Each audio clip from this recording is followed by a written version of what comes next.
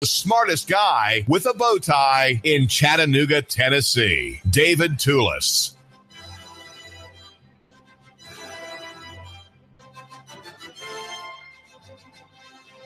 This morning over coffee and bagels, the Panera Posse guys were trying to figure out why it is a pleasure today downtown to travel by car, or we should say perhaps to drive down Martin Luther King Boulevard. What has changed with Martin Luther King Boulevard since the repaving and the redesign was completed in April, down from 4 lanes to 3? Is it not a bad thing to clog and choke with the movement of cars in a city? Are not cities to be efficient where getting from point A to point B in the least amount of time is the best for productivity and the best for the people?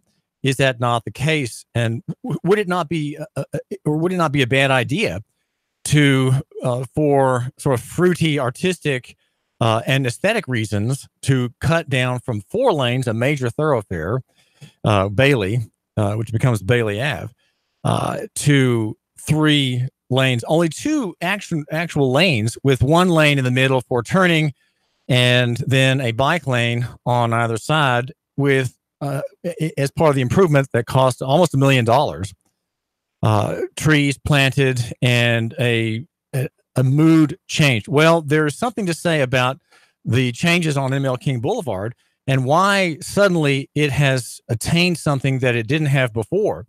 It has attained something that Jane Jacobs, one of my favorite writers, a woman who did not go to college and yet was an urban expert, a theorist, a defender of the marketplace, and the author of a great book called The Death and Life of Great American Cities, 1961.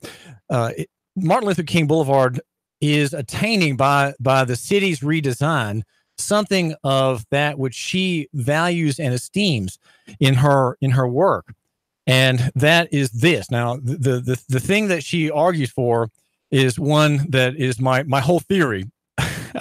It's my whole theory kind of written into the scheme of urban planning, street design, the work of the Public Works Department, well beyond the humdrummery of pothole repair, right? And that is the human scale problem.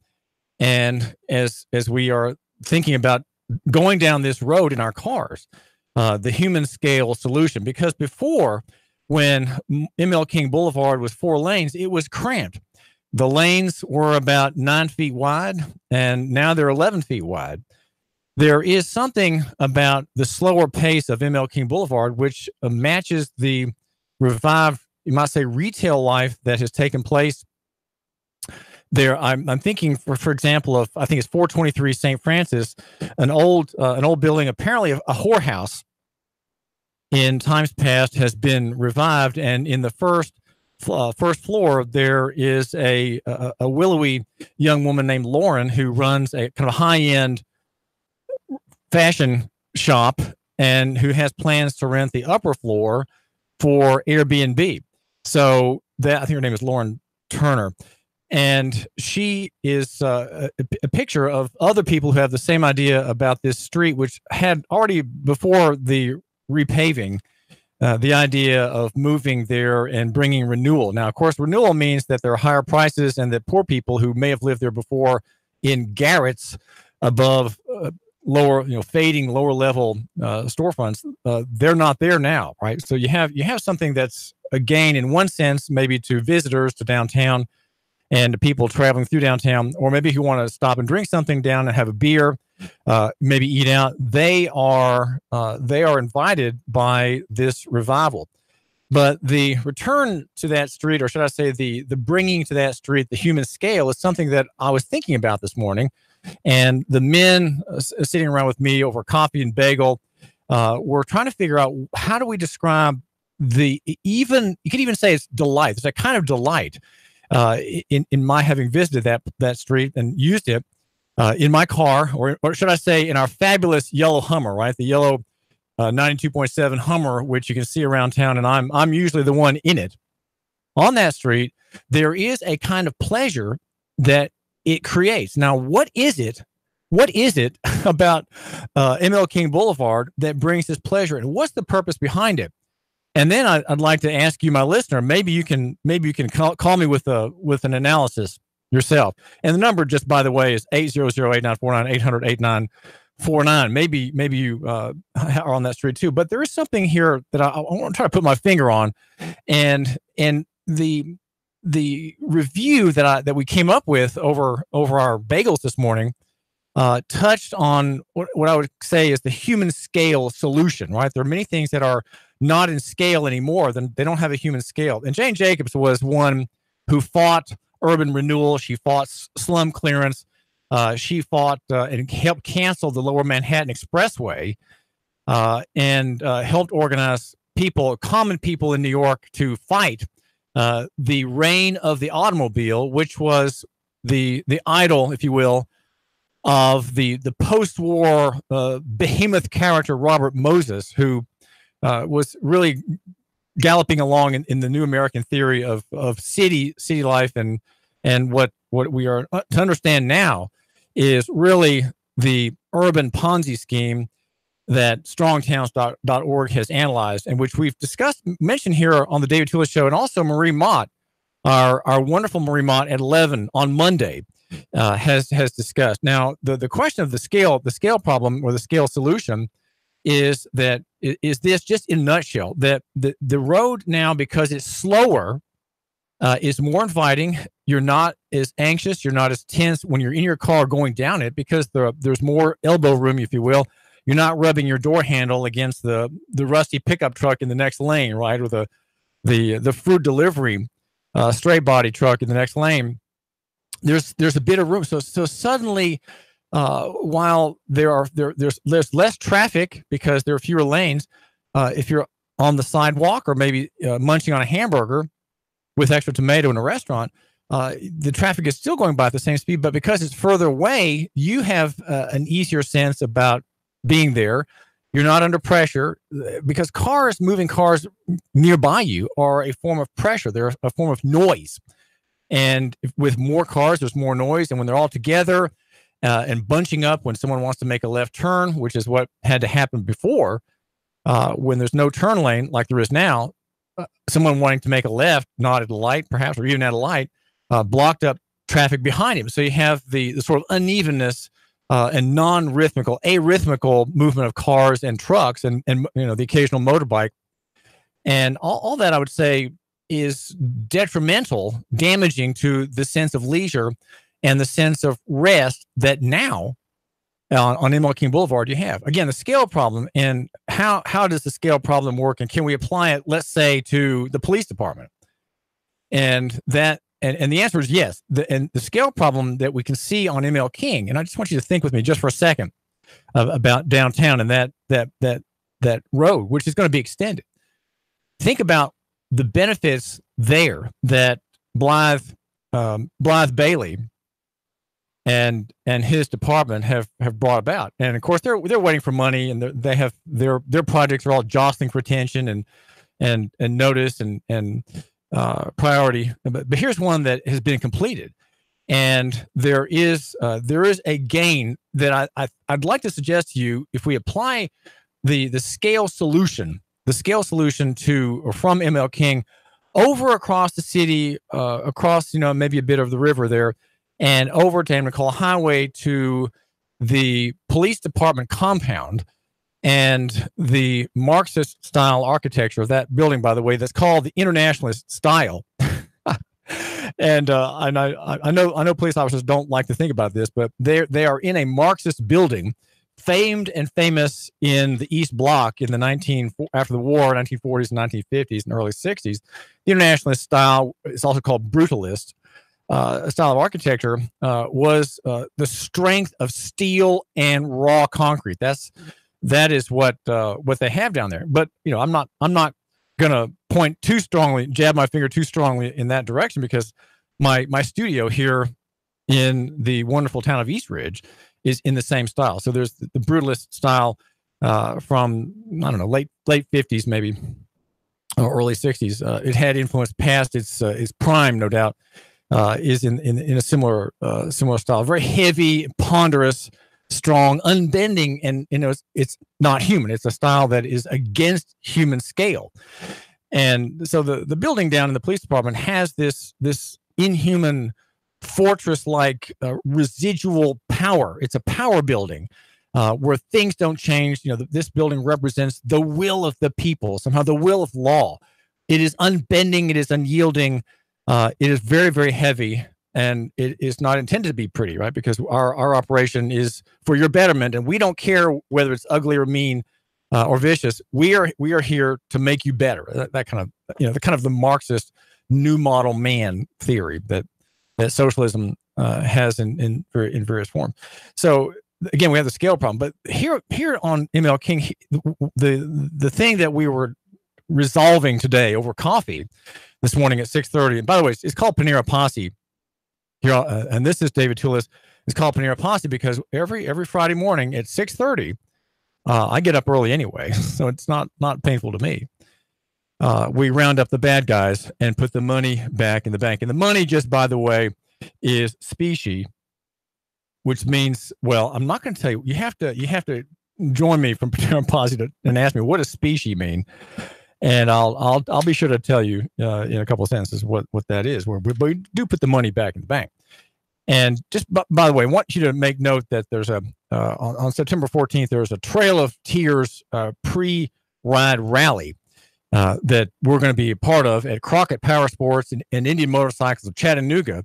92.7 Nooga Radio will be broadcasting live beginning at 4 p.m. till 7 p.m. Again, this is on September 14 with various vendors, food, music, and of course, we'll be able to gather in our own tribes there on this Trail of Tears Memorial Pre-Ride Rally, Crockett Power Sports and Indian Motorcycles of Chattanooga.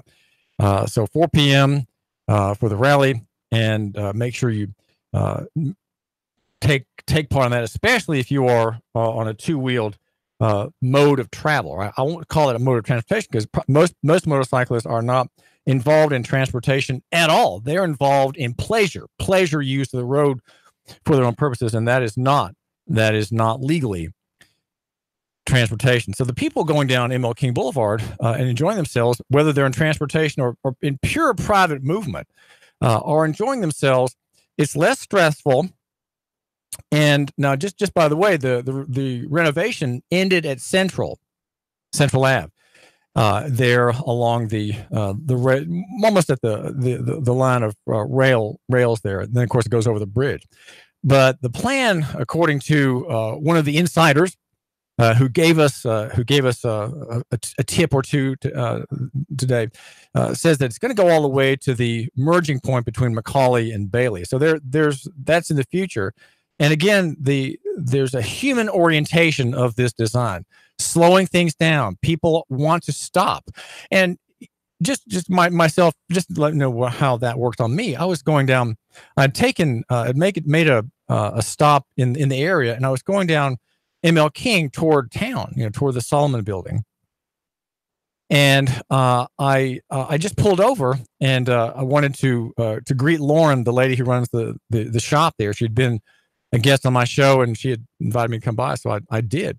And if it were another street, if it were the street that it was before, I would not have stopped because I would probably have had to park around the back of the building or the side of the building, all sort of inconvenient and just too much trouble, right? For something that is a velleity. A velleity is a very slight wish. It's almost not noticeable. So I was acting on a velleity, and the road was restful enough, open enough, and human scale enough for me to say, I'll just stop in and look at her store since she had been on my show and talked about her business. And there was something just inviting about being able to pull into a little parking spot there on the side on a nicely paved road. So that is a dividend, you might say, of this concept of human scale. Now, the question that I want to ask you about reform: how do I connect that scale solution here in Chattanooga with Mayor Burke's department bringing about a good thing? How do we connect that with other parts, let's say, of the Burkean administration? Well, the number is 800-8949, by the way. Do call me, and we have a lot to get to. Why do talk show hosts say things like that? It's just so silly to say that, because you're going to listen as long as you've got and no more, right? Because radio is a passive medium, and you will definitely turn into 92.7 if you're anywhere about and have a bit of ear available to, or a bit of brain power available to digest with me the day's doings and the news here from Chattanooga. But you certainly don't plan to do that. No one plans to listen to radio, but it is always there.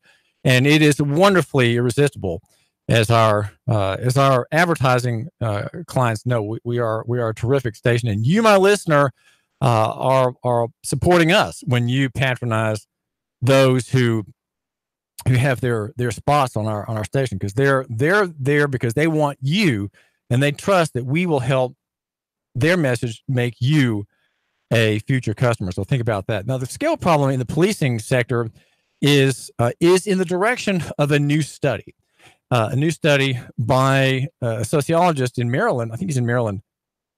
Named I'm going to take that back. I'm not sure that Jonathan Mumolo is a Marylander, but his study on the police scale problem he's in the Department of Politics at Princeton University, and the Woodrow Wilson School of Public and International Affairs at Princeton, I should say. And his paper is published by the PNAS, which is why do I not remember exactly what it's a national organization that has published his study on SWAT. It's brand new. It came out just, I think, last week, and addresses this concern about scale. And we have in the news here in Chattanooga in just the past couple of days, we have the story about Jesse Parker and the militarized ATF and CPD raid on his house August 29th. That was Wednesday last, two Wednesdays ago. The public school teacher and minister, and so it wasn't a SWAT raid, but it was close. It was a raid without a warrant, and it was to accomplish the hunt for a fugitive. It was a bit of terror. Okay, terror is when you fear for your life, and you are the object of a muzzle of a fully automatic rifle or pump action 12 gauge aimed at your chest. Okay, this is called terror, and there's not a better word for it, because the emotion that you have is certainly fear for your life. Respect for law, maybe. Fear of law officer, maybe. Willingness to comply, maybe. Good feeling about law enforcement, no. And that is what Jonathan Mumolo finds. And the headline is, and you can get this off of Nuganomics.com. There's a download for it on the story about the Parker terrorization. Militarization fails to enhance police safety or reduce crime, but may harm police reputation. And he says, I show that militarized police units are more often deployed in communities with large shares of African American residents, even after controlling for local crime rates. Further, he says in his summary, using nationwide panel data on local police militarization, I demonstrate that militarized policing fails to enhance officer safety, point one, or, and here's the other point about, again, the scale problem is not right with these types of encounters, these types of interventions, or reduce local crime. So crime locally is not reduced by SWAT raids, 90% of which are, guess what? To serve warrants. That's it. Serving warrants. And often for the for the most trivial, people playing card games, people gambling illegally. Yeah, the SWAT raid. Someone's copying studio was raided by a SWAT unit because it was thought that there was illegal pirating copies being made of CDs. He says, finally, using survey experiments, one of which includes a large oversample of African-American respondents, I show that seeing militarized police in news reports may diminish police reputation in the mass public. In the case of militarized policing, the results suggest, he says, that the often cited trade-off between public safety and civil liberties is a false choice. In other words, it's a false choice to say you've got to have a police state or you're going to have rampant crime. That is not That is not a choice. That is not true. That is a lie. It is a lie brought to you by the police industrial complex in the internationalist style of architecture, no doubt, in building after building across the country, as if somehow we had imported not just the architecture from Budapest and district capitals in the former East Bloc, but we've adopted the thinking about the people versus the state. The state, of course, is versus the people by definition in our day. And the scale problem is not being addressed. So how would we solve this? The scale problem of MLK Boulevard needs to be, former MLK Boulevard needs to be brought about to humanize the relationship. There needs to be a humanization of the law enforcement process, which means, number one, no machine guns. Number two, no military vehicles. Maybe Sunday best clothes. Maybe a complete change in clothing of these men who are serving us. 3, 2, 1. Chattanooga Radio. Digital FM 95.3 HD4. 92.7 FM's news now. Democratic candidate Steve Foster is running against Republican Tom Graves from behind bars. He's sentenced to 6 months in jail for drunk driving. Foster asked to be let go on bond during his appeal. Catoosa County commissioners plan to build their own fire station in town, but ran into one problem at Wednesday's commission meeting. They don't know where to put it. Fire Station 2 could be rebuilt, but Commission Chairman Steve Henry has his doubts. For now, the planning is on the back burner, but commissioners hope to get it done soon. And cops say Aisha Jones executed the victim on Vance. 52-year-old Norman Sullivan was murdered in his apartment, shot multiple times. Cops say Jones was the one who finished him off. She's charged with multiple charges, including attempted murder and criminal homicide. Investigators say there were multiple witnesses to the murder who came forward to testify. Val St. John for Chattanooga Radio, News Talk 92.7, Action News Now. Let's face it, Old Faithful isn't as faithful as it used to be. Constant repairs are a hassle and can rack up quick in money and time. Landers McClarty Ford can fix that. Right now, you can get a 2016 Ford Focus, 34,000 miles, only $11,491. A 2017 Chevy Spark with only 17,000 miles for less than $12,000.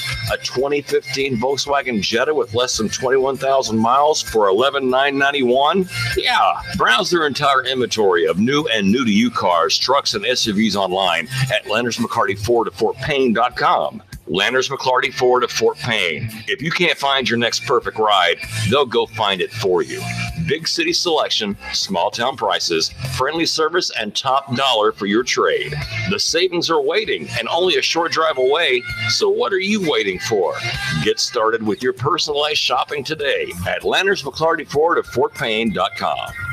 Chattanooga Radio. Roar into Talladega. Hello? Who am I speaking with? Eric. You're our winner. Really? You'll receive tickets for all 3 races between the Camping World Truck Series, Xfinity Series, and the Monster Energy Cup races. Holy cow. In addition, you'll receive a 2-night stay at the Microtel Hotel and restaurant accommodations at 2 area restaurants. Chattanooga Radio. Roar into Talladega. Chattanooga Radio. 92.7. Your NASCAR racing station. Chattanooga Radio 92.7 FM. Chattanooga Radio 92.7. Join Chattanooga Radio and the Gridiron Gang live from 7 to 9 at Starbucks at 10 North on the North Shore. We're talking all things high school football. There's a specialty brew or refresher weekly inspired by the game of the week. Sweet treats, extended hours all season long, and we're pet friendly. Portions of all proceeds support local schools and educational scholarships as well as after-school programs. It's football time in Tennessee. Join us every Thursday live from 7 to 9 at Starbucks, 10 North, your North Shore neighborhood living room. Your home is a constant work in progress. Repaint the walls? Yeah, easy enough. Leaky faucet? There's a video for that. But roof repair?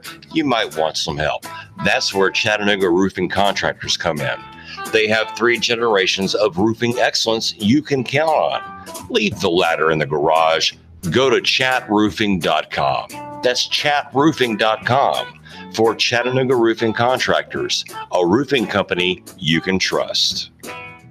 Now, Rick wants you to buy on U.S. Gold American coins. Are you tired of making 1% on your investments with the banks, even 2 or 3% at best? Now, Rick wants you to buy on U.S. Gold American coins. Rick Davis Gold and Diamonds, Brainerd Road. Man, you sure you know what you're doing? Yeah, I worked with my dad on his truck all the time. Just One more bolt to go. Yeah, wrong bolt. Today's truck ain't your daddy's truck. For repairs on today's vehicles, you need Amco Transmission and Total Car Care of Chattanooga on Lee Highway. Stay on the road, not in the garage. Amco Transmission on Lee Highway. Get it done the right way. The Thompson Pet way. Yeah, I just put that anywhere. Join We've Got You Covered with Scott Schrader every Saturday from 10 to 11 on Nooga Radio. From finance to fixtures, we discuss everything you need to know about buying or owning a home, the pitfalls, the perks, and everything in between. Saturday mornings, 10 to 11, right here on Nooga Radio. Nooga Radio, Chattanooga weather. Heating up out there for your afternoon with some sunshine. Can't rule out a stray shower storm. Most of us, though, staying dry. Highs up around 90 tonight. Becoming fair, muggy. Lows only around 70. For Saturday, 88 to 90. Nicely an afternoon shower storm. More likely later Sunday. Come to Larry's world-famous buffet in Trenton for some of the finest home-style cooking around. Larry also offers catering. Open Thursdays through Sundays. That's Larry's, just off 559 in Trenton. And I'm Soar Gene 12, Chief Meteorologist, Badger 4. Nooga Radio 92.7. Now, the smartest guy with a bow tie in Chattanooga, Tennessee, David Toulis.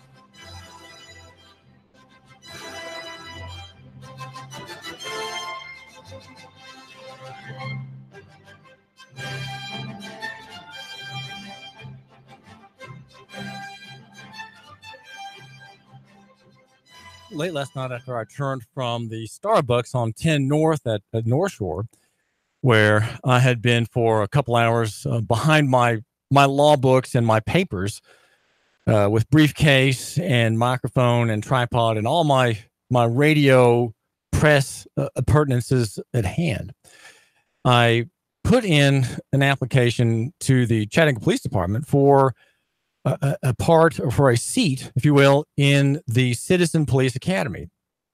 This morning at Panera, I was working away, thinking about you, my listener, and very, very glad. You know, in my heart, I'm glad that you're there. I'm glad that you, my listener, have just a few minutes to give ear to what I'm offering.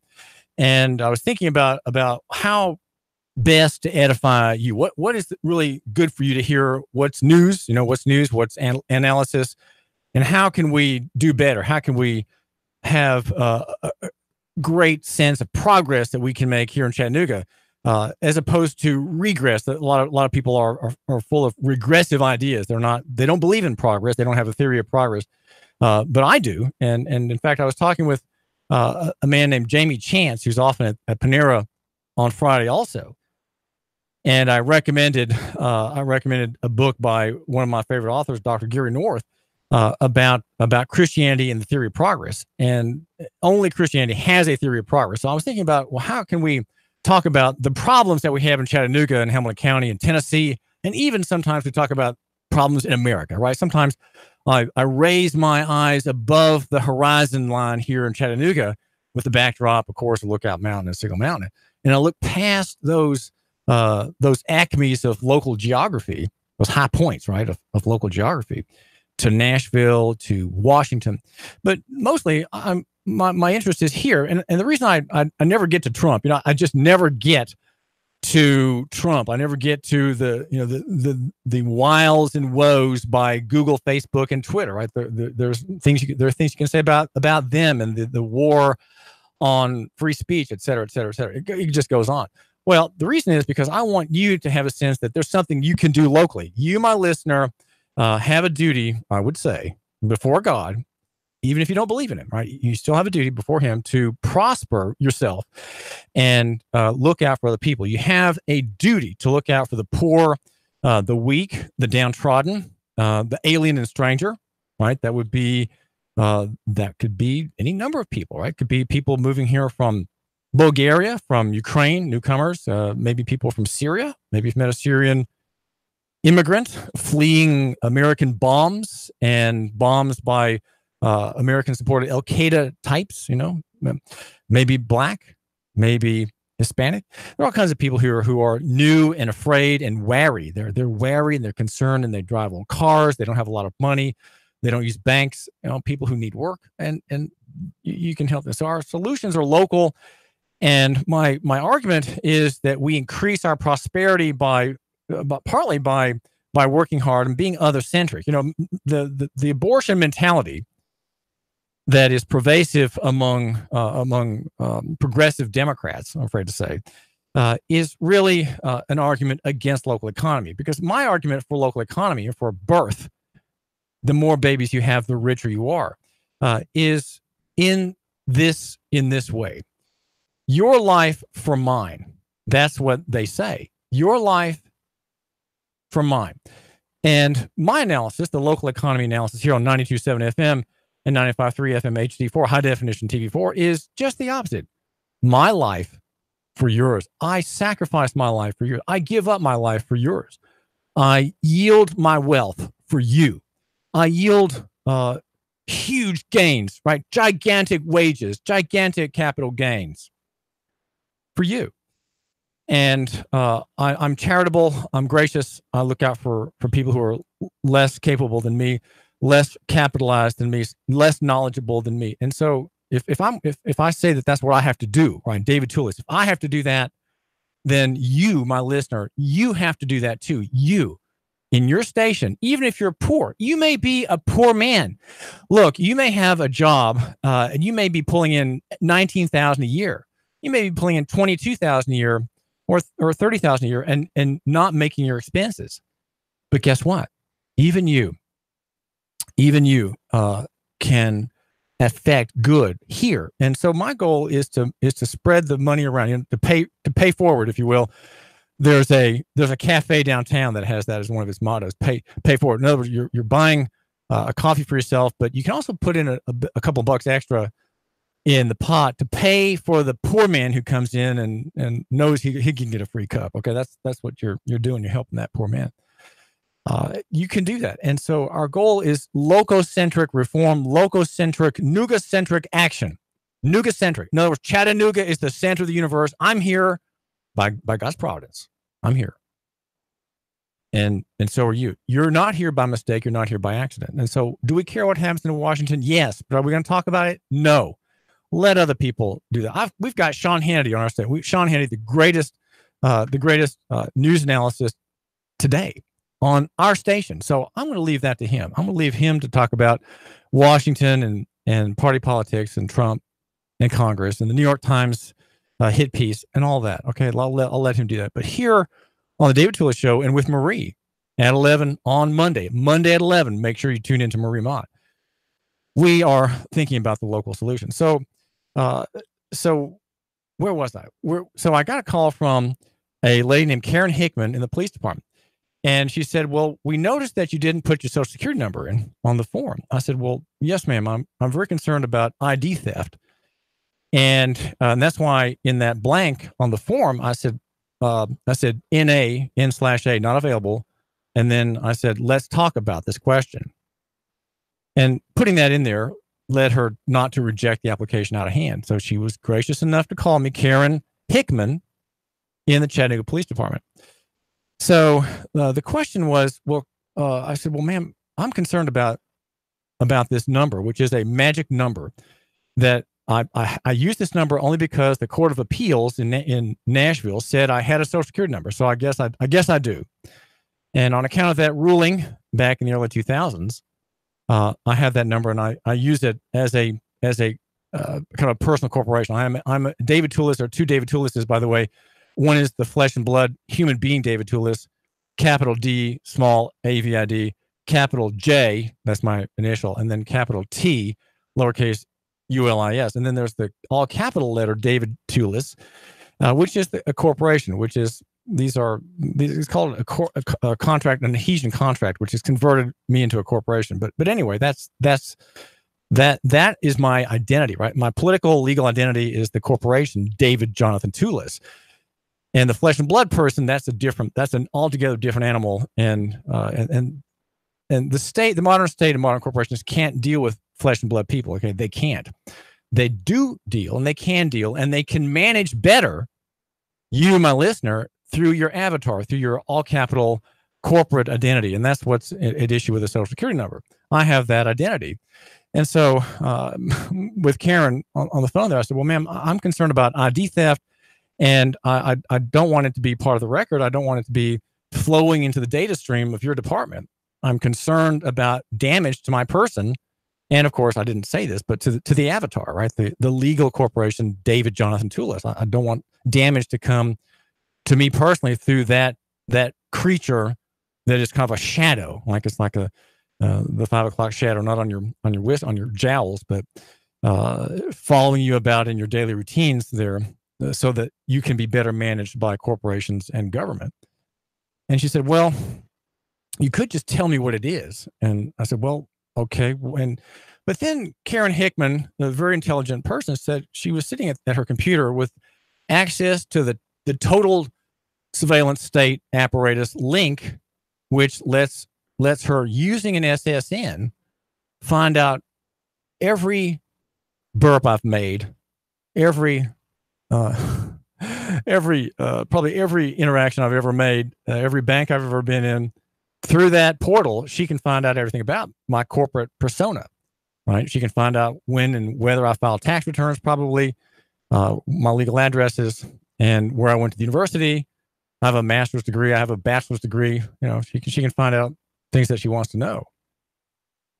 And so I said, well, okay. I said, so if I just she said, well, could you give me permission to do a background check on you using your number? And I said, so you're saying that I can either tell you the number, I can email you the number, which I won't do, and I could tell you what it is, which I am not inclined to do. And then the third option you're offering here, Karen Hickman, is to just give you permission to look me up on that database, which cannot be done. She cannot legally go onto that database unless she has permission. So she got my permission. I gave her permission to see my criminal background. Okay. You, my listener, though you are an innocent man, a godly man, perhaps, you have, get this, you have a criminal background. Now, it may be that there's nothing there, but you still have a criminal background. And that's because we are in a state of war with the state of Tennessee, the national state in Washington. All modern states, all modern corporate states are effectively at war against the people.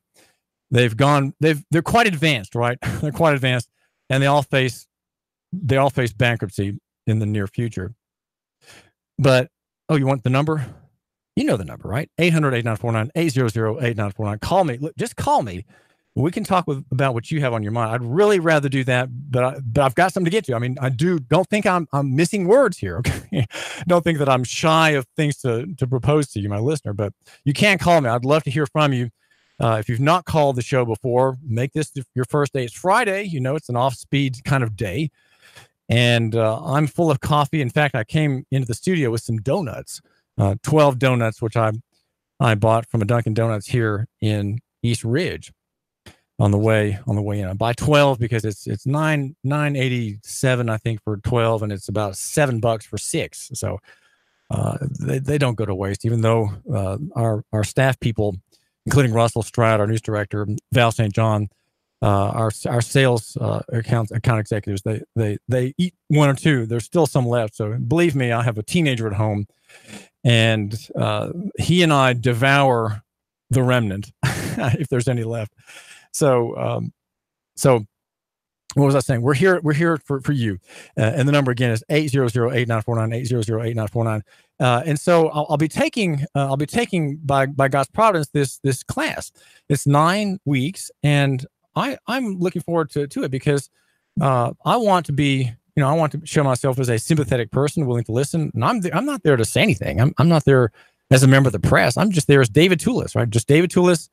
The common guy, the blogger, the blogger with the biggest pen. And it could be that because I'm a blogger with the biggest pen, the pen being our radio tower on Signal Mountain, that's a boast which I think is justified. I mean, it's a little ludicrous perhaps, but as a blogger, I'm a writer, and that's what I do. I write, and so I'm not in that class if it does in fact unroll itself as a real part of my calendar for the next 9 weeks. I'll be there listening. I'll be meeting officers. I'll be gaining sympathy. And that's why it is a kind of propaganda by the department. It's kind of marketing by the department to get people to understand how they view the world. Okay. I understand that.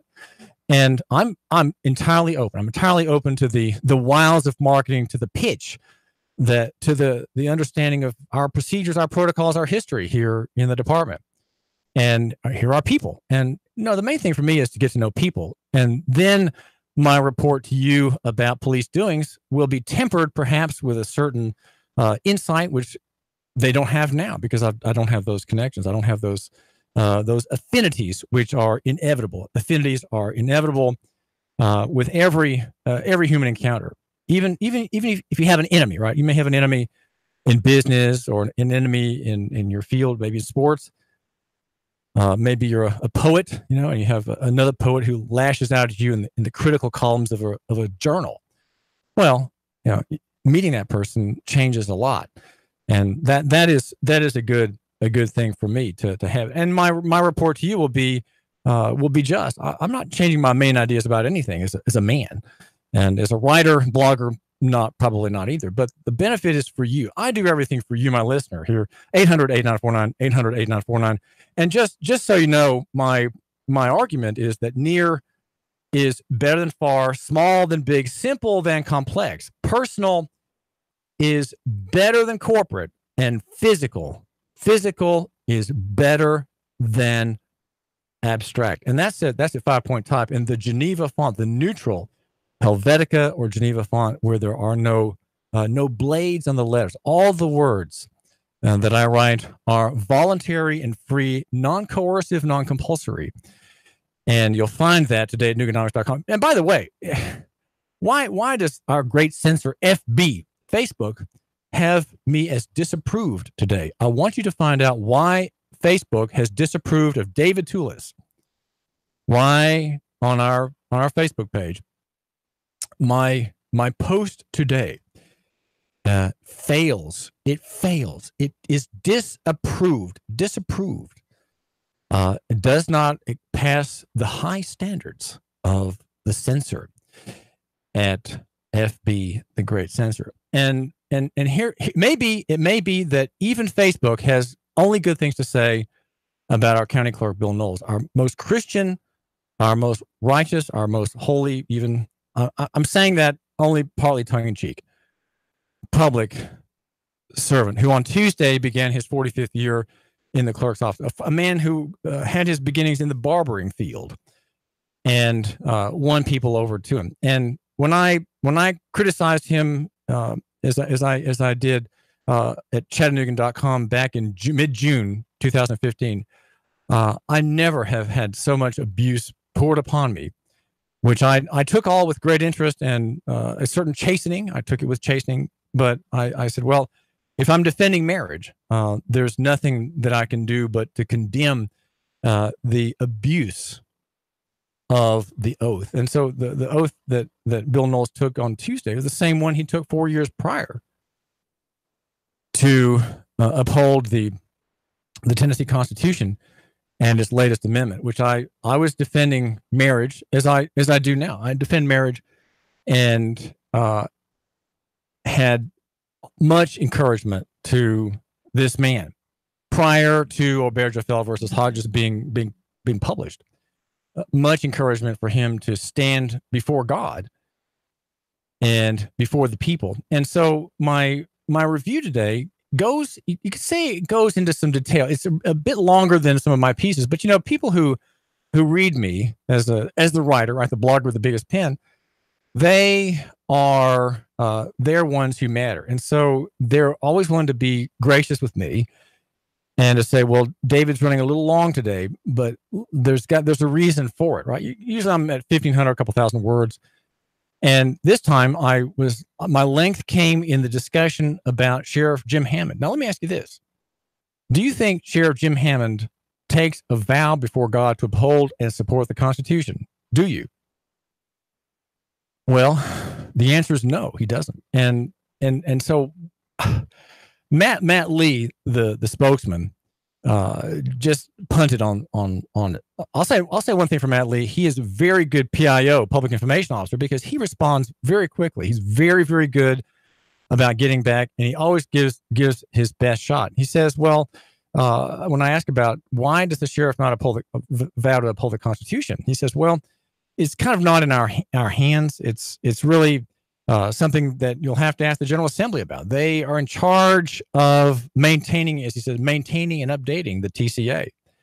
And the sheriff, he says, is duly obligated by law to take the oath as prescribed by law. So in other words, the statute orders him to make an oath before God to do several things, including not taking gratuities. He can't use a fee or gift or bribe to make somebody a juror, okay, in a trial.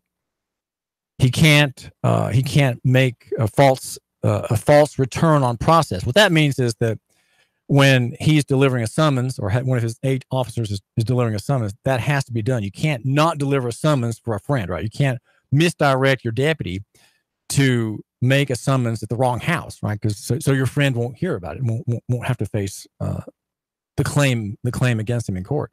So those are the kinds of things that are in the oath, but there's nothing about supporting the Constitution, which school board members do. So school board members, if I'm recalling correctly, have in their vow to uphold, to support the Constitution. That's the main verb, is support. I wonder about that just a little bit. What does support mean? So in the discussion about, here we are at 800-8949, 800-8949, about the sheriff, that kind of made my piece go longer. It took me longer to write it, especially when I had to talk with Mike Steele about it. Mike Steele, Mr. Constitution. I said, Mike, did you know about this? And so we discussed it just a little bit. And so because of these discussions, and because I browbeat,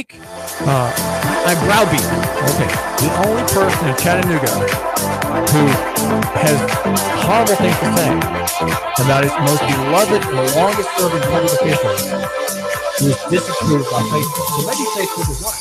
Maybe Facebook is right. And I'm banned. I'm not approved. So you have to find out for yourself. Just go to Nuganomics.com. That's Nuganomics.com. Listen, it's easy just to sign up and be a subscriber. Subscribe and be my second reader. 3, 2,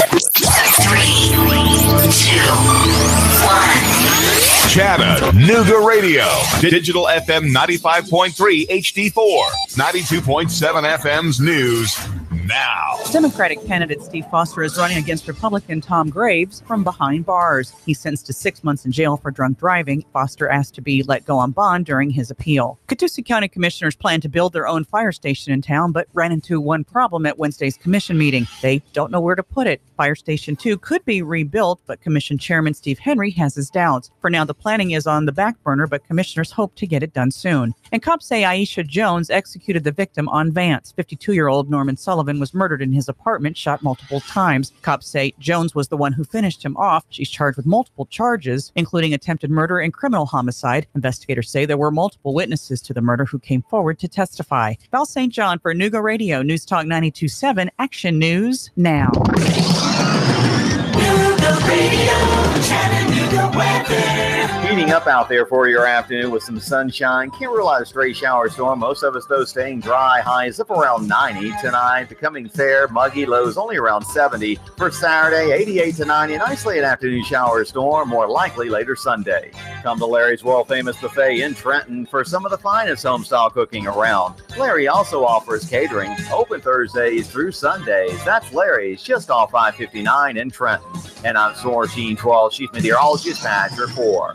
Nuga Radio 92.7. My ex recently hacked my email and my social media, and it really caused me some problems. I changed all my passwords, which helped, but I'm still getting trolled, maybe even stalked. I know it's him. I just can't prove it. My business, well, it's been broken into twice already. I've got cameras, but that only helps after the fact.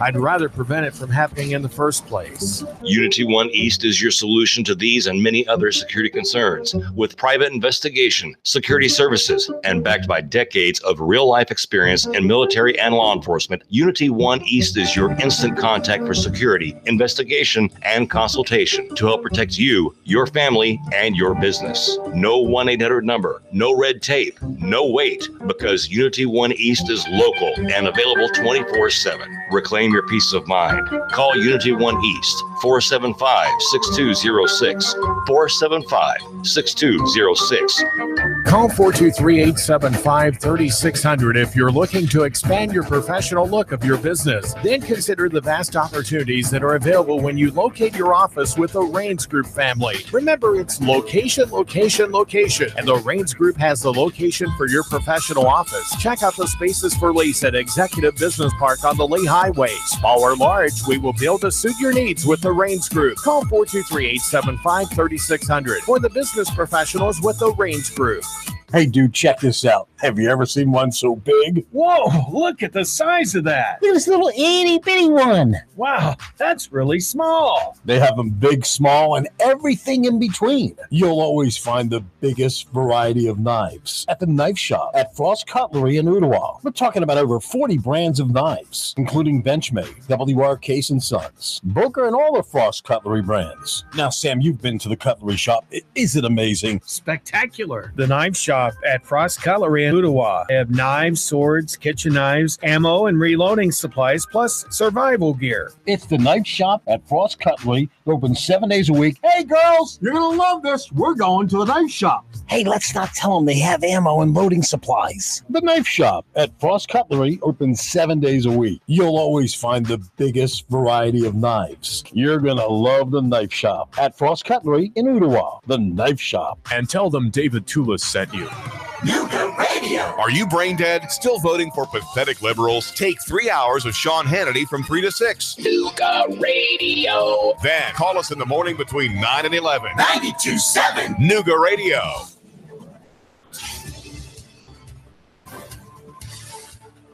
WPLZ HD4 Ottawa, W224AZ Chattanooga. Serving Chattanooga.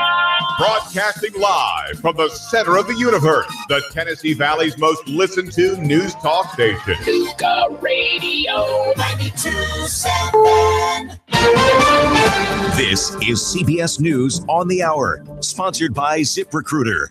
I'm Jim Shenevy. A bizarre police officer-involved shooting in Dallas that's left an innocent man dead in his own apartment. KRLD's Alan Skaya. Dallas police say the officer had just finished her shift. Sergeant Warren Mitchell says she was still wearing her uniform when she walked home. When she came home, she entered into the victim's apartment, believing it was her own apartment. And at some point, she pulled her weapon and shot the victim. Mitchell says she shot and killed the 26-year-old who actually lived in that apartment. The officer was not hurt, but she's now on leave. The district attorney has joined the investigation into why the officer walked into the wrong apartment and why she pulled her gun. Alan Skaya for CBS News, Dallas. President Trump wants the Justice Department to investigate this week's op-ed that alleged there's a covert resistance movement operating within high levels of his administration. He cites national security concerns. CBS's Stephen Portnoy. The president says he believes the identity of the op-ed author will eventually come out, but he says the Justice Department should join the hunt. He explains he doesn't want to have the person attending high-level national security meetings. The president also says he's looking at possible action against the New York Times. He didn't elaborate. The Justice Department says it won't confirm or deny the existence of any investigation. And the president also took aim again at Bob Woodward's tell-all book, calling it a scam with made-up quotes. He added, he just doesn't talk that way. Former President Obama went after Trump and the White House in general, Republican Party, too, in a speech today at the University of Illinois, a warm-up to the fall midterms. Appealing to fear, pitting one group against another, telling people that order and security will be restored if it weren't for those who don't look like us or don't sound like us or don't pray like we do. That's an old playbook. He accused President Trump of undermining U.S. alliances and cozying up to Russia. This is the final day of Supreme Court nominee Brett Kavanaugh's Senate confirmation hearings. The American Bar Association committee giving its assessment of Kavanaugh, lead evaluator John Tarpley. The standing committee found that Judge Kavanaugh enjoys an excellent reputation for integrity and is a person of outstanding character. It was clear from all of our interviews and other lengthy conversations that he learned the importance of integrity from a very early age. The Labor Department's employment report for August shows the economy added a strong 201,000 jobs. Paychecks grew at a faster pace, 2.9%. On Wall Street, the Dow Jones Industrial Average down 130. The NASDAQ is off 15. This is CBS News. ZipRecruiter, the smartest way to hire. ZipRecruiter's technology finds qualified candidates for businesses of all sizes. Try it for free at ZipRecruiter.com/free. On Friday, September 7th, Stand Up to Cancer is teaming up for something big. Every network, every star will come together for one night to save lives. You have the chance to join millions in the fight against cancer. You'll want to be there to see the magic that happens when we all come together for a cause. Stand Up to Cancer. Tune in live Friday, September 7th at 8/7 Central on ABC, CBS, Fox, and NBC. We can't do this without you. Check your local listings for cable providers. Time to shop hundreds of specials at Macy's for you, the family, and your home, in-store and online. Like men's performance suiting, designer sport coats, and blazers, $99.99. Tops and denim for her, 50% off. And 900 thread count sheet sets for just $29.99 through September 9th at Macy's. Savings off sale prices, exclusions apply. Macy's Star Rewards now offers benefits everyone can enjoy no matter how they pay. Sign up for free in-store or at Macys.com/Star Rewards. America's premier coffee chain is going after some of the world's pickiest coffee drinkers. Sabina Castelfranco reports. Starbucks, the world's biggest coffee chain, today opens an upmarket roastery and cafe in Milan. It's first in Italy, where people obsess over their coffee.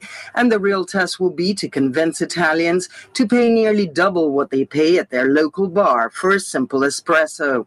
The Milan Starbucks is located in the central Piazza Cordusio, inside an elegant century-old palazzo that the company renovated. Italy is the world's fourth largest consumer of coffee. Sabina Castelfranco, CBS News, Rome. Police in suburban Cincinnati say a woman who was sunbathing in a parking lot was killed when she was run over by a car. Investigators say the driver just doesn't see the woman and drove right over her. Bystanders heard the screaming, were able to lift the car off the woman, but she was pronounced dead. Jim Chenevey, CBS News. Need stuff. 3, 2, 1. Chattanooga Radio. Digital FM 95.3 HD4. 92.7 FM's news now. The GBI says a GSP trooper, Joe Getty, tried to stop a car on Highway 126 near Sand Mountain, but the driver sped away, then pointed what appeared to be a handgun at the trooper, who opened fire, seriously injuring the driver. Brandon Whittier rushed to the hospital. It turned out later that what appeared to be a handgun was actually a replica. Trooper Getty was not injured. The GBI is investigating. The coroners determined a man who died in Chattanooga, who was suicidal on Bonnie Oaks Drive, did in fact kill himself. He shot himself in the chest. There are reports that an officer fired accidentally 3 times. One of the bullets did hit that victim in the leg, according to the coroner. How this officer accidentally fired 3 times, still not determined. The officer's lawyer says he actually meant to fire his gun. The Sean Hannity Show, weekdays 3 to 6. Russell Stroud, Nooga Radio News Talk 92.7 Action News now.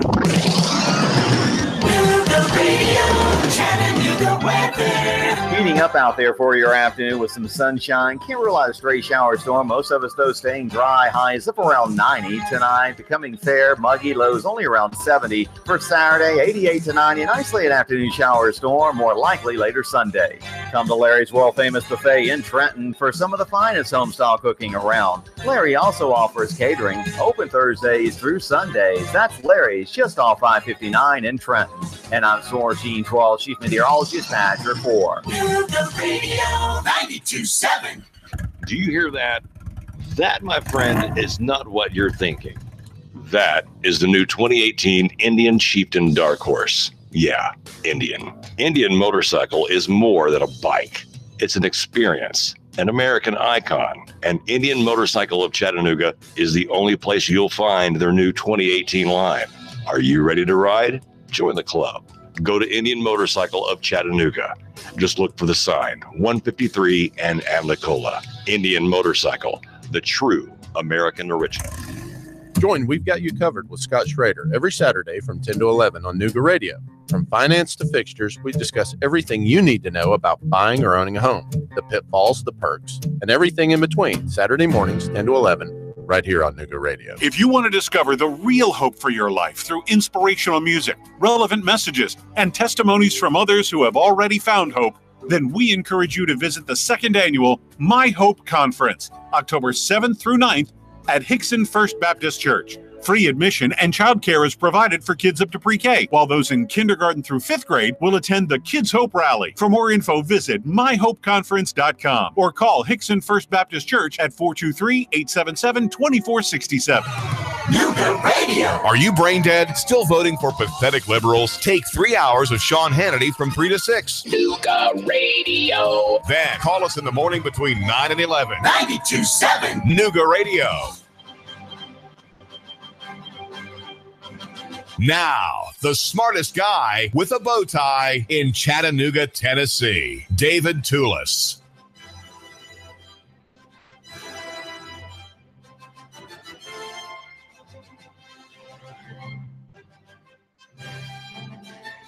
I am very full of coffee, and I've had a couple of donuts that have made talking slowly more difficult. So you'll just have to bear with me if I'm going too fast. I know this is radio after all. No one takes notes, no one writes anything down. But we're about ideas here on the David Toulis Show at 92.7 FM and 95.3 FM HD4, and also we're live at the Great Censor FB. And if you want to see what our studio looks like from a bird's eye view, then we're live on YouTube. And a separate camera there, and the whole show is in one giant gulp on FB, either on the David Toulis FB page or the studio FB page. There are segments. Each little segment, about 20 minutes or so, has its own headline and its own type, because I'm selling my arguments here to people, not just on the radio but on the internet as well. And we are live, of course, on Facebook and on YouTube, and of course here on this radio signal, this fabulous 92.7 signal, and the deeply rich 95.3 HD4. HD means high def digital channel, and I argue for local economy and the free market and independent living and self-determination. That's something that our station is really all about, which means that we are really better than politics. We're interested in what's beyond politics, what's above politics. You know, politics being elections and Republicans and Democrats and presidents and Congresses.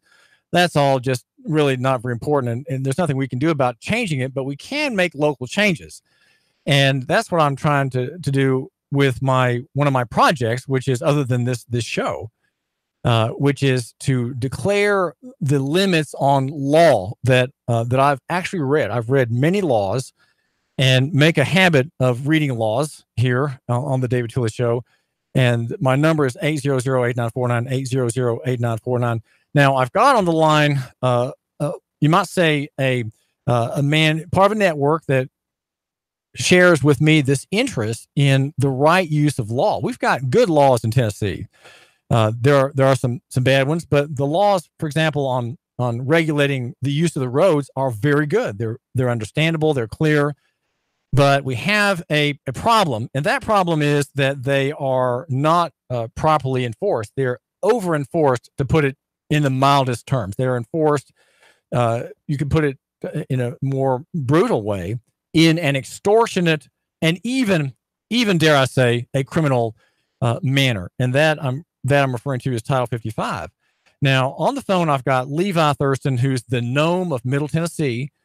And like me, he's just a common person of ordinary intelligence, but he's done a lot of thinking and given a lot of brain power to laws and court cases. And I have read some of the most amazing reviews of legal issues that are of interest to me. And because they're interesting to me, because I care about you, my listener, and I want to help you see things truly and be a freer person, and know that to be free, there are prices to pay and costs to put down, and there are things you're going to have to go through, perhaps, if you are free. So, Levi, the question I wanted to ask you about is my whole project. Is there some way you could give my listener just a brief review of what or maybe a critique, might be a better word, a critique of what I'm trying to accomplish. I'm giving municipal governments in the area what I call administrative notice, and it's under the UAPA, the Uniform Administrative Procedures Act, which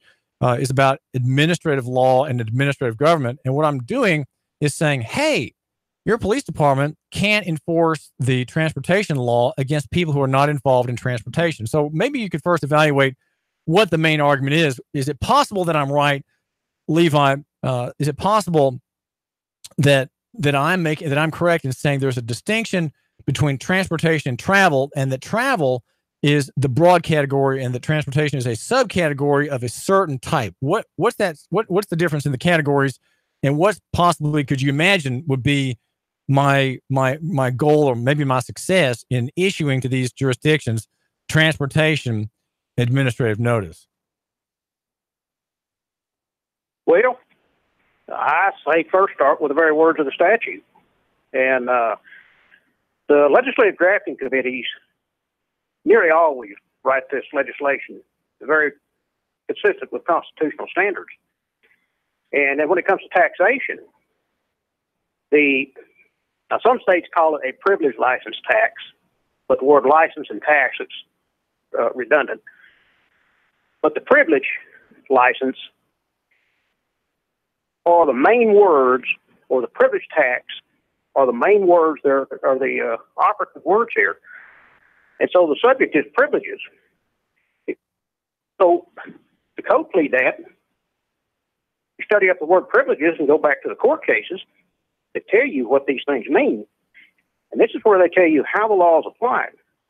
So we find out from Tennessee, this is in the 1870s, a real good case, very entertaining to read, that privileges are for-profit activities affecting the public interest.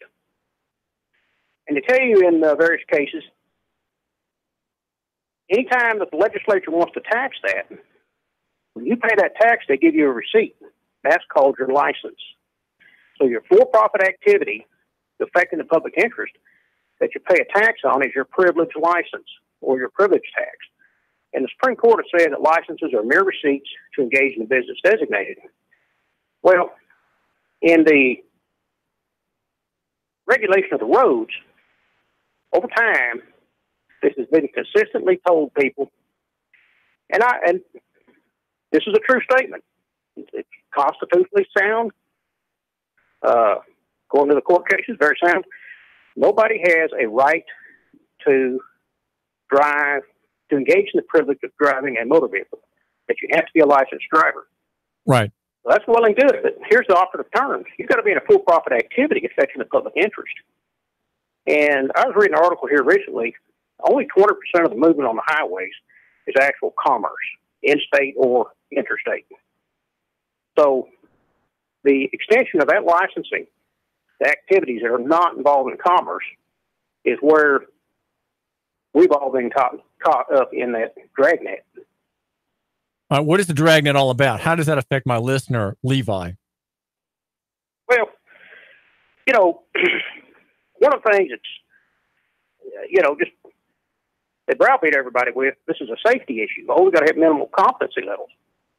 Hey, good idea. I'm all for that. But, for nearly all of you people, once you've had a few years on the road, how do you suddenly become incompetent and unsafe because you don't have your plastic rabbit foot in your pocket that you paid a privilege tax, a business tax? And so this is a scam that's going on. All of a sudden, when the confrontation, and this is a problem. We have legitimate and absolutely necessary law enforcement. And then we have an element of abuse in it that has been encouraged by the lawyers because it's a huge money-making racket. And so what happens is when you're confronted about that, this show on demand your tax receipt is legitimate if you're using the roads for commerce. If you're not, though, you're not suddenly a criminal because you don't show that you paid your taxes for commerce that you don't have. And the objective is that when you condition enough people into this activity, it's like all these suspensions for failure to pay fines, you rack them fines up, and you've got a guaranteed client base for business because, as we've seen this recent decision there from the chief federal judge in Nashville, if the figures are correct, 456,000 people in Tennessee have had their licenses suspended, and apparently a bunch of it was over inability to pay fines. He said, hey, taking that license is the very thing that prevents them from paying those fines. And so, and the number, Levi, and the number, just so the listener might remember, the number of people in that category who have their licenses suspended for non-payment of court debt, so as it's called, is almost 250,000. So almost half of that larger number are too poor to pay, and that would be, your African American, your poor person, your immigrant. They're the ones caught up in that dragnet. So go ahead. So you're explaining how my listener is abused by this over enforcement. Go on and say more. So the problem is this: that when it comes to the safety issue that they want to keep yammering about, this article said that, and this was a federal study. I find the numbers hard to believe, but I'll just take them for what they said. That between 25% up to some areas of the country, 60% of the motor vehicles on the road will be involved in tragedy of human death and accident. So I'm sitting there thinking, okay, this licensing was supposed to cure that. So we don't have statistics on how many people without licenses who work in commerce have wrecks. I suspect it's very low because with nearly 500,000 people who are trying to make a living and run under the radar without a license, they're pretty careful. So back to the safety issue, apparently if you get a license, your chances of having a wreck go from 0 to 25 to 66%, the exact opposite of the reason supposedly you have to have it. And so it's almost a non sequitur. If accidents going to happen with them and without them, then the law, for safety purposes, is not achieving its objective. And then to turn around and hammer on the public with these,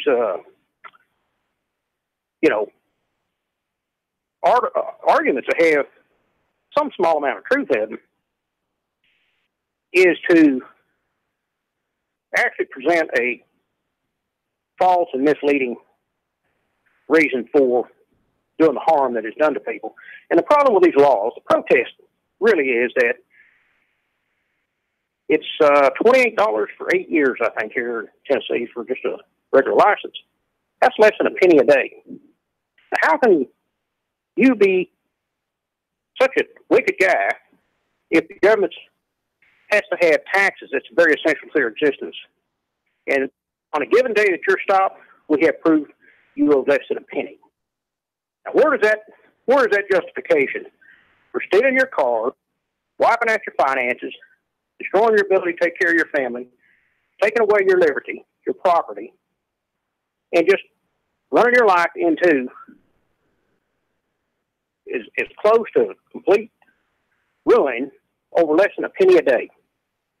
And on top of that, they can sit there and lock you up with a gun if somebody wants to get out of hand with you, because they want to, start barking orders to you. And they do tell them, just like we saw in that video, that 14-year-old girl arrested. She got conflicting orders to the point it's known in their LEO training that when somebody can't comply, any one of these things is reason to start using physical force. And the problem with the physical force scenario is that we now know from these court decisions, if you want immunity for harming people, and you got a costume on and a light bar on the top of your car, claim that you're ignorant of the law and claim that you're a coward. I feared. And then it's like, wow, where's the safety in this?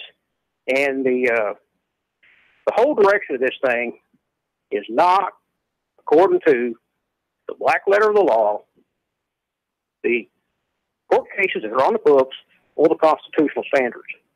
This thing has taken a life of its own, and it's a social phenomenon. Well, we're talking with Levi, the gnome from Middle Tennessee, a man with whom I talk every now and then about matters of law. And you have had a chance, Levi. In fact, you are part of the encouragement for me to pursue my administrative notice project, in which I'm hoping to make Chattanooga, East Ridge, and other cities, as the word spreads about this remedy, make them open cities in which the mayor, it has to be by executive decision, I believe. The mayor says, we've had enough police abuse, we've had enough killings and shootings and false arrests and abuse of the poor, like Diana Watt here in Chattanooga, like Avery Gray's daughter, and many other cases that we haven't even reported on.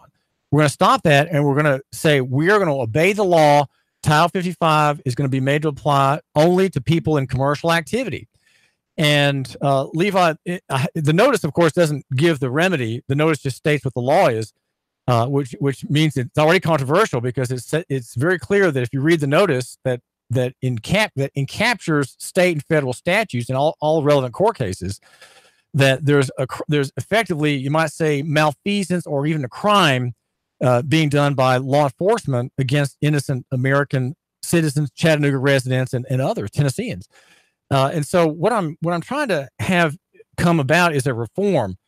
And just in case the listener has not encountered this material before, the reform is, and Levi, maybe you can give a review of this.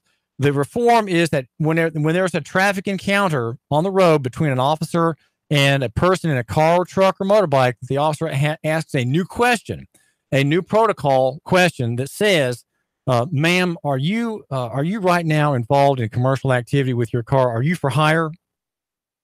That's it. And if she says, "What are you talking about? I'm just taking my kids to soccer practice," or "No, sir, I'm just going to the grocery store," clearly that's a private use at that moment. And so even though she may have been speeding, even though she may have run a red light, she may have run a stoplight, he doesn't have subject matter jurisdiction over her. And that stop at that moment, if she says no, ends, because he doesn't have authority to do anything more other than, Levi, perhaps to advise her, "Well, ma'am, those signs are advisory, like Carol Burrs, the city councilwoman, says, and we urge you to obey those because they're for your safety, and we just please have safe travels." And that's it. That's the reform that has to take place. That would make Chattanooga an open city. So, Levi, what do you make of this analysis, please?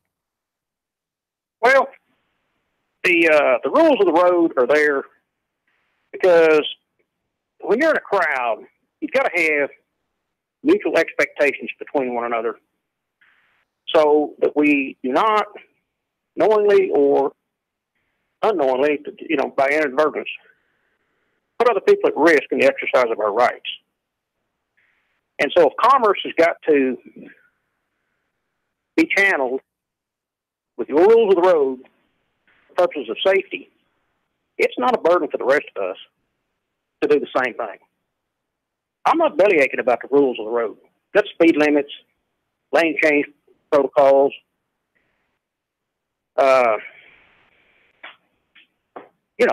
vehicle safety. And this thing's been turned from the governmental purposes to, like the Supreme Court said in one of their cases, social control through the criminal machinery. That's a direct quote out of a Supreme Court case. And the purposes the government was set in place was not for social control. It was to protect your rights, like another Supreme Court said. The governments weren't set up for their own purposes. Federal and state governments were set up for the protection of the individual. And, there's a lot of liberty that we have, and that's what's under attack. And the pretext is through public education and social media, and also through, to an extent, the machinery of government, you strip the knowledge of morals and internal control. Levi, let's focus back on the transportation question. Not the reasons for this happening, but what is the remedy? Is notice, would you say, part of the remedy? Is that the right direction? Well, what I've read throughout my reading is that the effort to counter this stuff is that when it comes to a court case, when the plaintiff goes into court, that's what that court is there to hear. So he who alleges must prove, not he who denies. So the responsibility then is that the essential elements of a charge have got to be proven. And the big one is the gate is standing there wide open, and we're told to believe it's not, is that if a privilege tax is laid, it has to be on a for-profit activity affecting the public interest. And when there's no evidence of that on the record, then the effort to apply a tax has failed to have the facts and activity that the law is directed to. That's not clear. And Can you restate that? Can you restate that? I don't get what you're saying, Levi. Restate. Okay. The law is applied to facts. Government has to exist on taxation. The two forms are ad valorem, which is tax on the value of property. The second is privilege taxes, which are taxes laid on activity.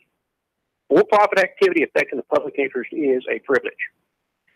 And when they want to come in with a statute, you're engaged in a privilege, then the evidence has to be there that you were in a for-profit activity and it affects the public interest. Or we apply the tax law to what you're doing. This is David Tillerson. We're talking with Levi Thurston. He is one of my counsel of review, you might say. David Tillerson, we're going to get back to hear what he has to say about the traffic stop and what the cops don't ever charge. And in a nutshell, they don't charge commercial activity. That's where you can get them. That's where you can defy and resist. David Tillerson, hang on. 3, 2, 1. Chattanooga Radio.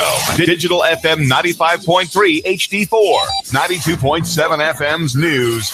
Now. Democratic candidate Steve Foster is running against Republican Tom Graves from behind bars. He's sentenced to 6 months in jail for drunk driving. Foster asked to be let go on bond during his appeal. Catoosa County commissioners plan to build their own fire station in town, but ran into one problem at Wednesday's commission meeting. They don't know where to put it. Fire Station 2 could be rebuilt, but Commission Chairman Steve Henry has his doubts. For now, the planning is on the back burner, but commissioners hope to get it done soon. And cops say Aisha Jones executed the victim on Vance. 52-year-old Norman Sullivan was murdered in his apartment, shot multiple times. Cops say Jones was the one who finished him off. She's charged with multiple charges, including attempted murder and criminal homicide. Investigators say there were multiple witnesses to the murder who came forward to testify. Val St. John for Chattanooga Radio, News Talk 92.7, Action News Now. Let's face it, Old Faithful isn't as faithful as it used to be. Constant repairs are a hassle and can rack up quick and money and time.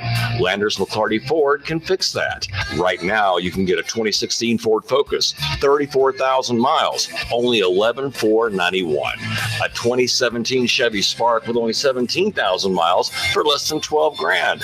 A 2015 Volkswagen Jetta with less than 21,000 miles for $11,991. Yeah, browse their entire inventory of new and new-to-you cars, trucks, and SUVs online at LandersMcClartyFord@FortPayne.com. Landers McClarty Ford of Fort Payne. If you can't find your next perfect ride, they'll go find it for you.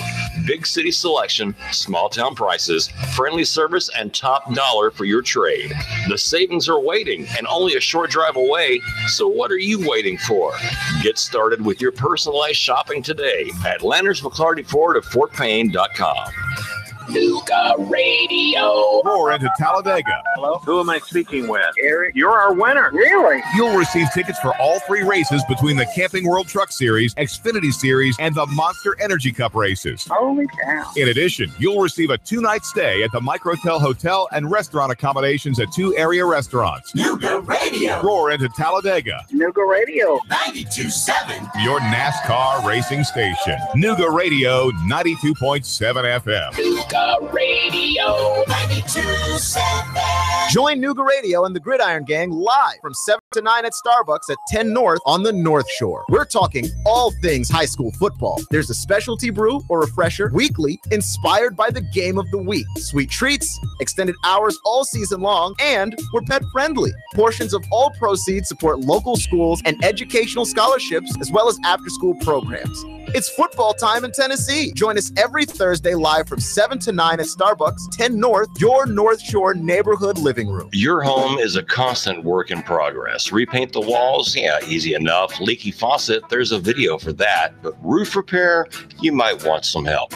That's where Chattanooga roofing contractors come in. They have 3 generations of roofing excellence you can count on. Leave the ladder in the garage. Go to chatroofing.com.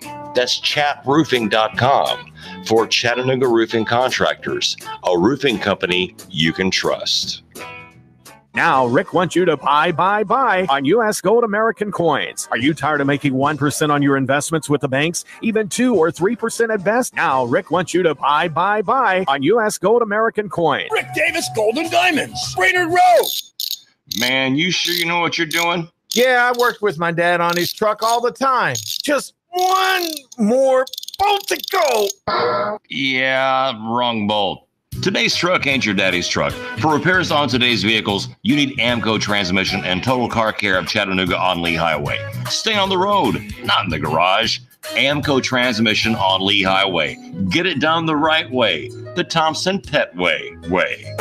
Yeah, I just put that in here. Join We've Got You Covered with Scott Schrader every Saturday from 10 to 11 on Nooga Radio. From finance to fixtures, we discuss everything you need to know about buying or owning a home, the pitfalls, the perks, and everything in between. Saturday mornings, 10 to 11, right here on Nooga Radio.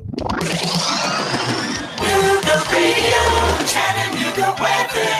Heating up out there for your afternoon with some sunshine. Can't rule out a stray shower storm. Most of us, though, staying dry. Highs up around 90 tonight. Becoming fair, muggy. Lows only around 70. For Saturday, 88 to 90. An isolated afternoon shower storm, more likely later Sunday. Come to Larry's world-famous buffet in Trenton for some of the finest home-style cooking around. Larry also offers catering. Open Thursdays through Sundays. That's Larry's, just off I-59 in Trenton. And I'm Soar Sheen 12, Chief Meteorologist at your 4. Nooga Radio 92.7.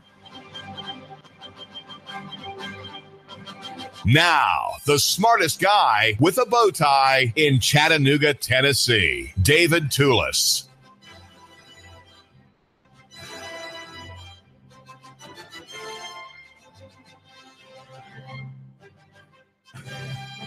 David Toulis here. Near is better than far, and small is better than big, and simple than complex. Personal is better than corporate, and physical than abstract. Make sure that you tune in to Game of the Week, brought to you by AMCO Transmission. High School Game of the Week, brought to you by AMCO Transmission and Total Care of Chattanooga on Lee Highway. Stay on the road and not in the garage. AMCO Transmission on Lee Highway. Get it done the right way, the Thompson Pet way. David Toulis here, loving your neighbor and buying local. Now, I'm talking with Levi, the gnome of Middle Tennessee. And are you suggesting, Levi, that if your analysis is right and if my analysis is right, they're quite similar, that my listener, if he's not in commerce, can violate, is free to violate, free to ignore speed signs, school postings, one-way designations on roads, that he's free to ignore all those things because those, as we suggest, apply only to commercial use, to trucks, cabs, Uber drivers, and dump truck operators and ambulance operators, Levi? Not at all. Not at all. That is to substitute anarchy for liberty. And this is one of the misconceptions. If we're going to have an ordered liberty, that includes our activities. Now, when it comes to commerce, it's known that you've got to apply the conditions and limitations to engage in commerce and not create a hazard to the rest of the public. So if only 20% of the activity out there is commerce on the road, and it's using all these overweight, hazmat, size, load activities, and they're constantly on the road, that increases the the potential for an accident.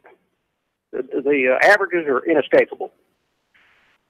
So that has to be regulated with the rules of the road. Well, that doesn't make it free for us to go out there and then hazard them and hazard one another. So the rules of the road are not a stumbling block. And true, there's a Texas case that says a common law there is no speed limit. At the same time, it says, but a reasonable and safe use of the road is also required. So how, on the law of averages, can you give a mutual recognition when somebody's coming to me or I'm approaching them, we don't pull out in front of one another and say, oh, well, I had a right to do that. Well, no, we don't have a right to exercise our rights and create a risk or a harm to others. And the rules of the road are a recognized system of safety for the largest number of people. So, for example, if we have a 65, Levi Thurston, if we have a 65 mile an hour speed limit on the highway just outside of Chattanooga going north towards Saudi Daisy in North County, that is your right to go that if you're in commercial activity. But if it's snowing or very rainy, then 40 might be more appropriate, even if whether you're under that law of the rules in commerce or whether you're a private user, not legally bound by those rules because you're bound by a different system. You're bound by common law and what rule binds the private user to respect other people on the road if he's not legally bound by speed signs and the like. What controls him? What advises him? Well, okay. That question has an aspect to it. If the road's completely empty, there's no harm done. It's like, hey, we don't have an injury. Now, to tell you, a prime example everybody knows of is the highways of Germany. The Autobahn has one lane, unlimited speed. So, but you better get out of the road. You better get out of the way when somebody's in your rearview mirror, and you better go now. It's a very severe penalty because of the dangers involved. But nevertheless, the speed factor over there, even that is regulated. You can't go slow in that fast lane. And these are just social norms and regulations for the greatest safety to the greatest number, in a reasonable understanding and expectation. So, but as a matter of fact, in many instances, like one of the Supreme Court justices said, well, if the state's the injured party, what if the court rules against them? How do you throw the state in jail? It's something in contemplation. The existence of the state is something in contemplation. Meaning it's a fiction. The state is a fiction. Is that what you're saying? Yeah. But when it comes to you and me dealing with one another, when I'm walking across the city street, I have the expectation you're going to be doing 30. And to tell me, I have a right to do 100, it's like, well, when I get about halfway across that street, I'm going to get smacked with no indication that between me looking to see the judge the distance, stepping out, and then looking back up the street to verify that you're not already on me.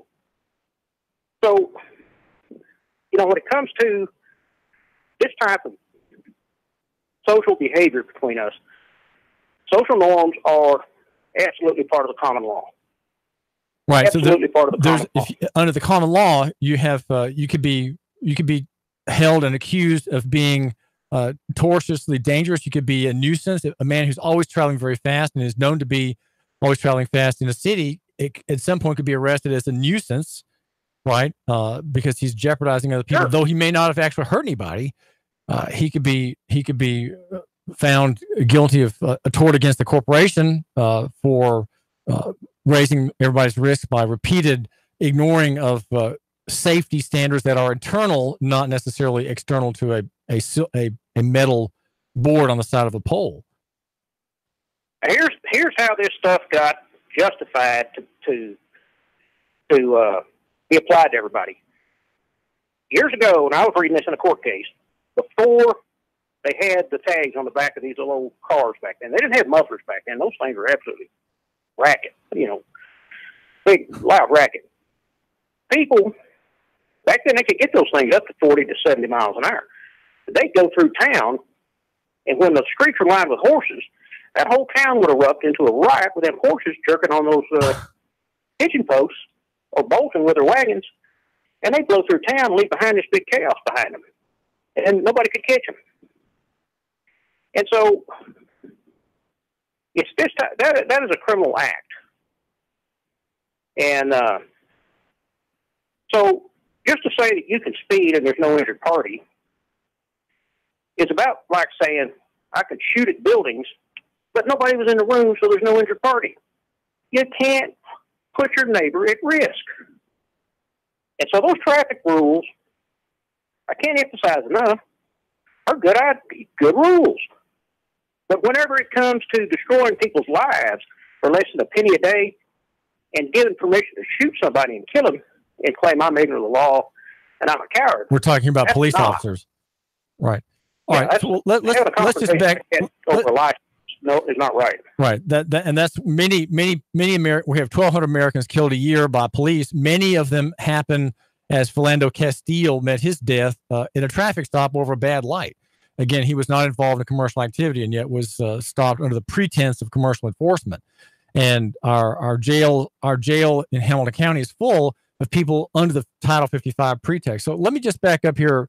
We're talking with Levi Thurston, the gnome of Middle Tennessee, with whom I often chat about legal questions and legal problems, if you will, that I'm pondering for your benefit, your liberty benefit here on the David Tula Show.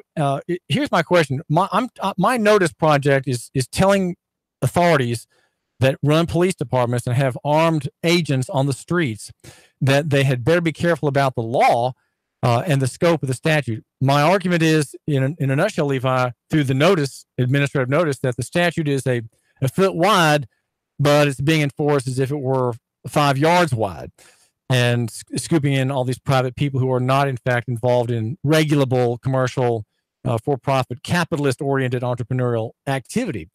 And what I'm doing is I'm giving, as I'm telling my reader and my listener, this is called a cause of action, especially if there is an abusive arrest of someone not involved in commerce, and that person could be an immigrant. He could be a poor person who has a suspended license, but who happens to be traveling privately on the road, not in commerce. These are all people who now, given the notice, have a cause of action for a legal wrong against the officer.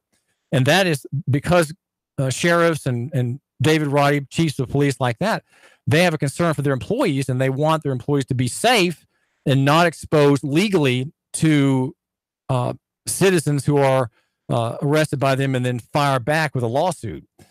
What do you make of this notice project? Is it worth the time? Is it worth the trouble? Am I wasting my time, Levi? Well, the legal climate is turned into a severe threat and harm to this society. The reason being, with this type of attitude about the driver's license, which is easy to pick on, when you go to court, there are no standards for a defendant to apply. And so the lawyers have awarded themselves a activity there where there's no evidence that they're bringing in. So there's nobody to testify to any facts. And yet you're harmed. And the courts have now been turned into what they call engines of corruption. Because if you're going to press for justice in there, the group that's controlling it already has the attitude they're going to ignore evidence, or they're going to deny justice when there is no evidence. And this driver's license is a main avenue to create that situation out here in this country. And you're denied justice in court if you're going to go in there and code plead that each essential term to a state-defined charge has to have facts and a fact witness under oath, subject to cross-examination. And again, take the word privilege. If that word privilege ain't in that statute has no force to it at all. And we just want you to know. We're talking with Levi Thurston, and just so the listener knows, we're not giving any kind of legal advice here. We're not lawyers. We're not practicing law. We're not giving legal advice. We're not giving legal opinions here. We're just talking about ideas, right, Levi? We're just discussing the law that everybody's supposed to know. We can make statements of common observation when you go to court. You see what's going on. And then the resulting. And so the problem is that you're describing is that people are hauled into court under the commercial statute, but they're not involved in commerce. And lawyers will not. In fact, I cannot find an attorney in Chattanooga who knows how to handle these kinds of cases. I just haven't met one. And attorneys I've asked about this question are not qualified, but they haven't read the law sufficiently to be qualified to handle a traffic case. I think. Now, I may just not have gone far enough in my looking for representation or an attorney to help in these questions, maybe help an actual defendant. But they don't make the case that your due process rights require the accuser to have, as you say, proof fact based on every element of the charge, including mens rea, which is guilty mind or intent. And also that you're involved, if you're on the road, involved in commercial activity. So that the officer should be demanding of everybody. I want to see your manifest. I want to see the contracts that show that you're involved in commercial activity. Of course, they don't ask that, and they don't exist for 80% of the people on the road who are stopped at traffic stops, Levi. It's true. And it's the 80% that are pouring billions of dollars into this revenue generating scheme.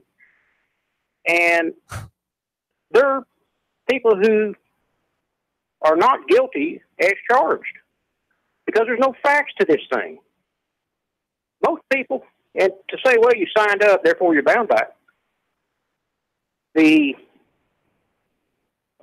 response is that if I didn't sign up, then I shouldn't be bound.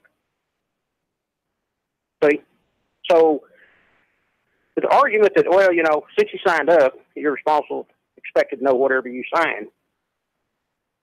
Well, physician, heal thyself. Let's hold the same standard to the examination of whether I have to sign up.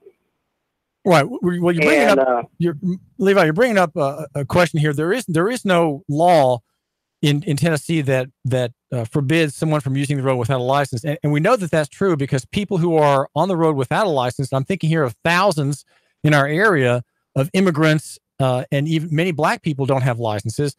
Guess what they're charged with? They're charged under 5550 351, which is the exhibit on demand statute. And that statute clearly does not apply to them because it has the word license or licensee in it 3 times in probably the worst sentence in law. It's the dullest, most wooden sounding sentence that anybody could write. And again, it's the 351 provision, and it says every licensee shall have the licensee's license in immediate possession at all times when operating a motor vehicle and shall display it upon demand of any officer or agent, etc.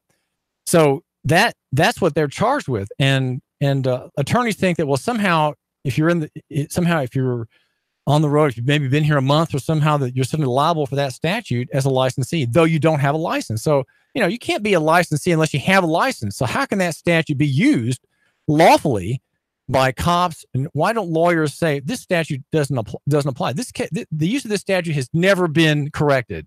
Not one attorney has appealed a conviction on this statute to overturn its misuse.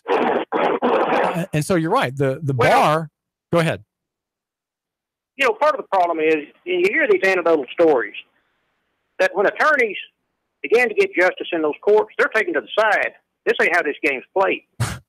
And they're physically threatened or their bar card's threatened. And so the other is that they want one another's praise. They want to be accepted by one another because it is a closed union shop. That's the problem also that's going on here. And so when these people are charged, the words themselves, that's essential charge. That's essential word. Where is your tax receipt for the business you're engaged in? Which is the license. Right. Making you a license. Licensee. That's it. So it's like, okay, where do you see business? that's taxable. Where is the for-profit activity that you're going to testify to that requires a tax?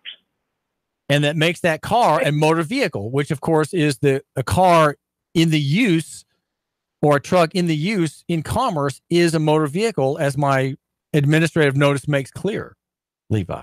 Sure. And that statute on motor vehicles, I've said before, they're not taxing motor vehicles. That's a term of art.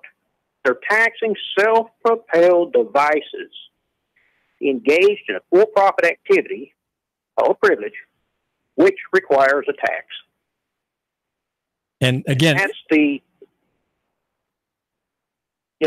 instrumentality of commerce.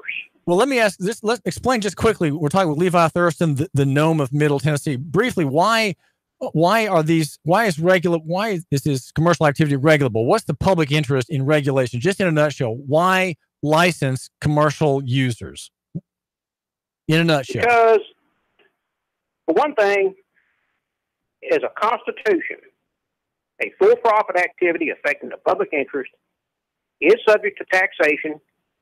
As a matter of societal recognition, we have to fund the government.